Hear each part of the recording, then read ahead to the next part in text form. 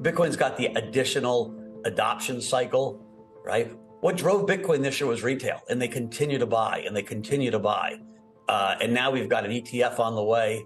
And so I'm more comfortable being long Bitcoin today than I was 6 months ago.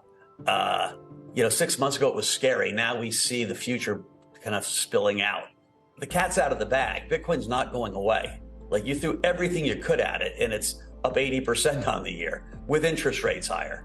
And so the adoption cycle continues.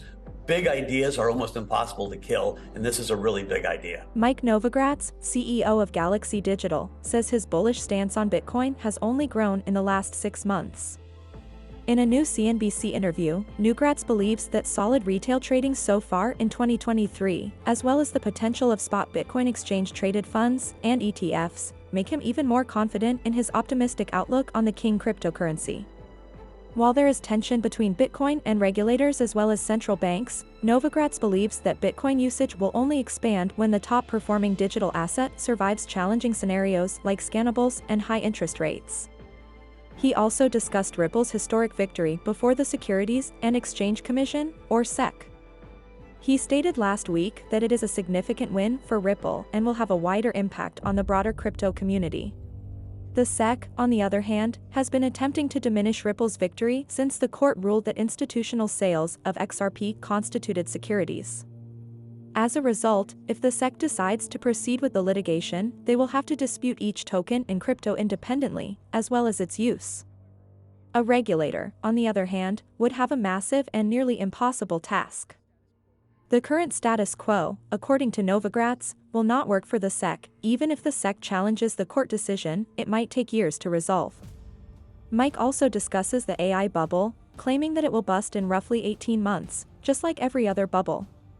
Let us now go to the video.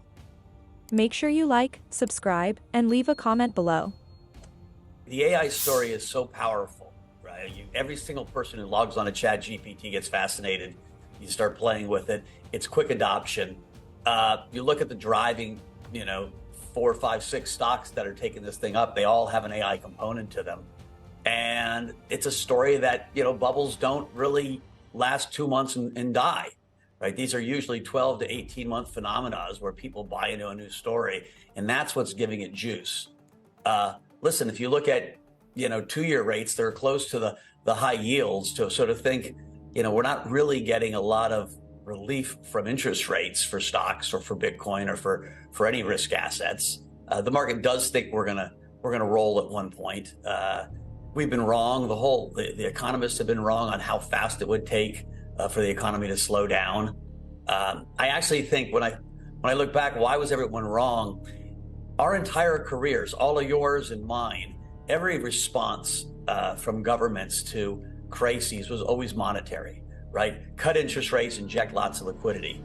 Well, with this COVID response, it was giant fiscal.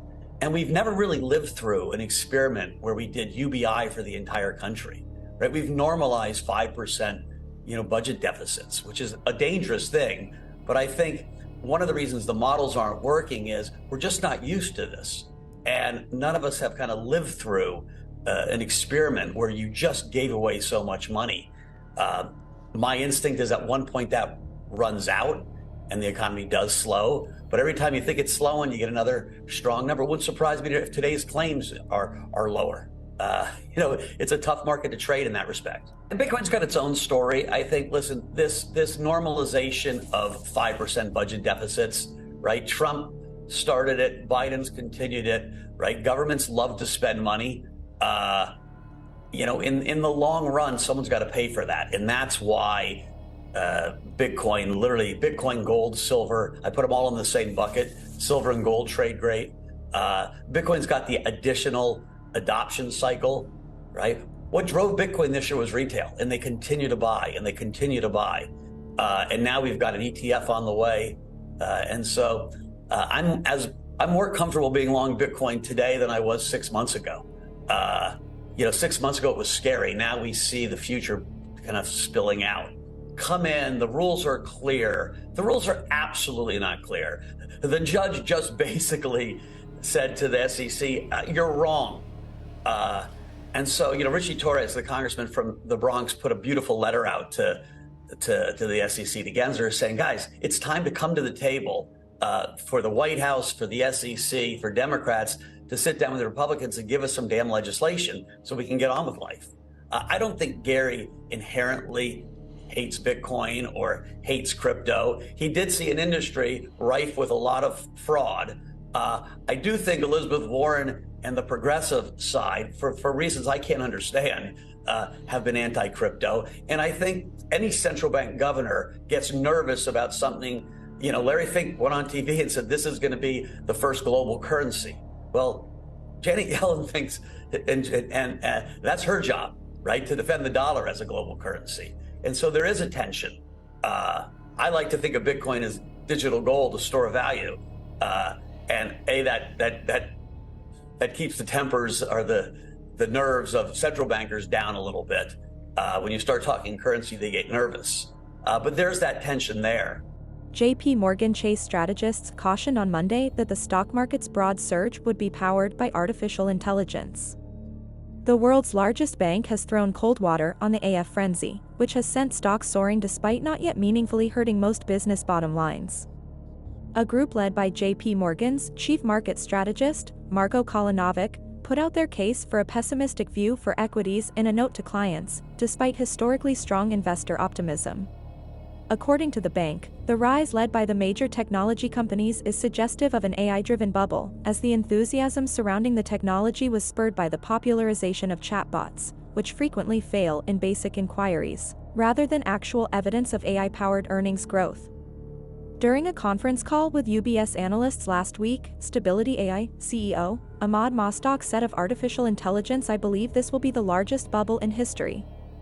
He also stated that it is still in its early phases and is not yet suitable for widespread adoption in industries like as banking.